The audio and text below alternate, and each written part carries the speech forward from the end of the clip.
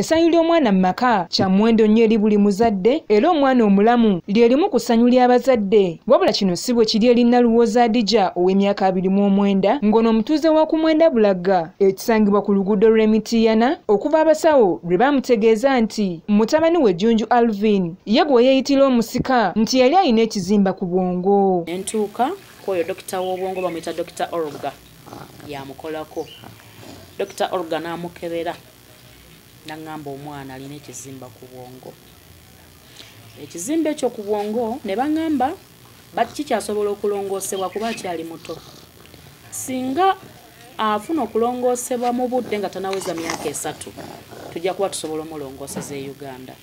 Naye senga aweza emyaka 3 aba wakutwala India kiba kikuze tuba tetukyamusobola. Bw'otunuulira Jjunju Alvin oyinza okulowooza alina emyezi 8 ng'era nnyina asooka kutegeeza nti ono alina emyaka 2 bweddu kyokka nga talaba, tayogera, tatunula nga kino kisiibye kikaabya maama w'amaziga. Naye emyaka 2 gy'alina tasobola kutuula, tasobola kuyimirira, talaba gana amaaso ogalaba nti atunula bw'ati naye talaba. Nnaluwooza agamba nti yazaala omwana we nga mulamu bulungi wabula ng'alinamu ekifuba ekitonotono era waayita akaseera katono ddala abasawo ne bamutegeeza ng'ono bwe yali afunye ekirwadde kya nimoniya era ng'omuzadde yenna yakola buli kimu ekisoboka okusobola okulaba ng'ajjanjaba omwana we. Namuzaala era akololwa naye ne ndowooza alina musenyiga.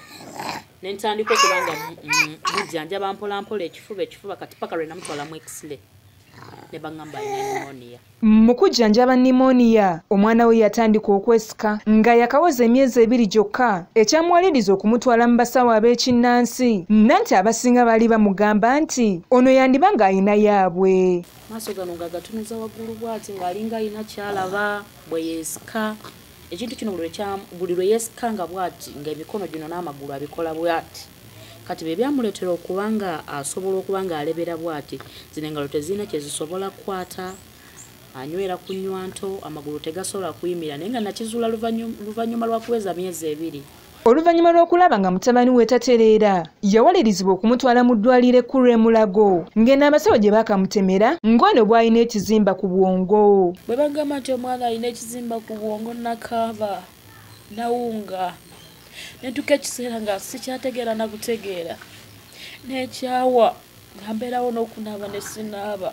Nnaluwooza agamba nti mu kaseera ak'ensi yamufundirira nga tamanyi kikyakuzzaako nga n'eddagala mu ddwaliro ekkulu e Mulago lyali lya buseere ddala wabula yafuba okutetenkanya ng'omukazi yenna okulaba ng'obulamu bw'omwana we abulwanirira. Ssente ze zaagaana kuba natuka ekiseera nga sikyalina ssente zisobola kuzzaayo mwana. Emitwalo 5 gye nnina okuwaayo nga sigirina ssente zirina omukebera ezirina ogula eddagala lye yalinga atambulirako nga sizirina. N'olwekyo ekimpaliriza okuyita Top TV embeera mwendi. Eddagala sirapu eno yokka nagigulanga emitwalo 15. Ono lwategeeza kitaawe w'omwana ono ng'omwana waabwe bw'alina ekizimba ku bwongo, Tata Alvin yateekako kakukola tondeka nnyuma nga ne gye buli kati amasimu yagaggyako kosa n'ab'eŋŋanda bwe okumwesamba. Era we yasookera okulwalira awo twali tukwatagana ne taata w'omwana ng'era twogerezeganya nga naye annyambako.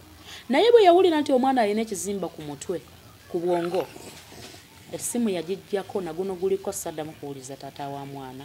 Abeewabo b'omusajja bonna nabagezangako naye nga abamu bakulaga tebamanyi nejjaali abalala ne batuuka nga n'amasimu gange tebakyagakwata kuba buli yalabanga essimu yange ng'amanya ensonga ze njogerako za mwana.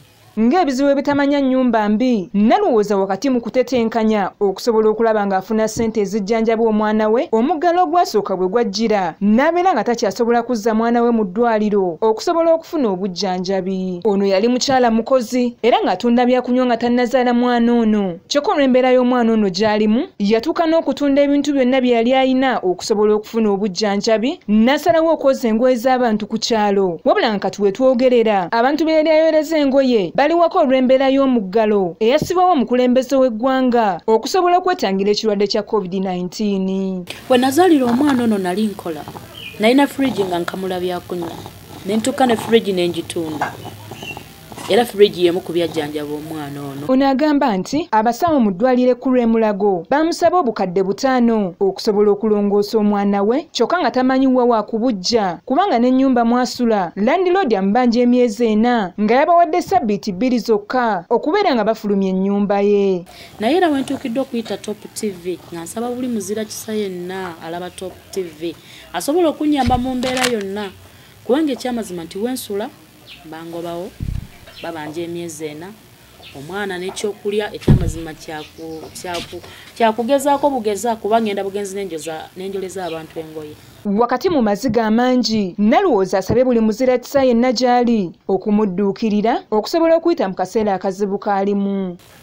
Bebe cool taata muyambye abantu bangi naye naffe mutuyambe olufiga mbalabanga muyamba abantu leka naffe olwaleero mutuyambe ndabeko omwana wange ng'atambula bannange nina obulumi bw'omwana eyali azaddeko osobola okumanya kyentegeeza ono omwana tamanyi na kumanya nti nze maama tategeera omwana wange kakibe ekikwata ensingo bangamba nfuna ekikwata ensingo eno oba musawo yenna gy'oli oba dokita ng'osobola okunyambako ayina pneumonia ayina ekizimba ku bwonko naye nze sirina buyambi nakoma bannange buli ali mu gavumenti pulezidenti Museveni taata tukulaajanira gye tuli eno naye tetulina buyambi bwonna. Dr. Ambrose Asiimwe okuva ku Capital Center Clinic esangibwa e Bwayiise atubuulidde ekiviirako abazadde okuzaala abaana abalina ebizimba ku bwongo.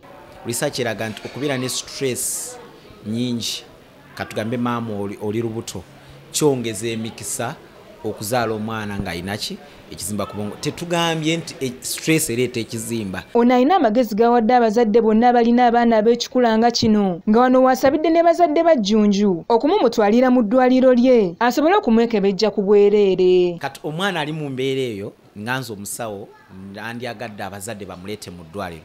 Naye nsaba buli akwatibwako ng'alina omwana nga bw'atunuulira ekifaananyi ky'omwana we ng'atambula bulungi ng'ategeera mu bwongo ng'omwana we obwongo bwe buli fine spine ye eri fine aveeyo ajje tukwatize wamu.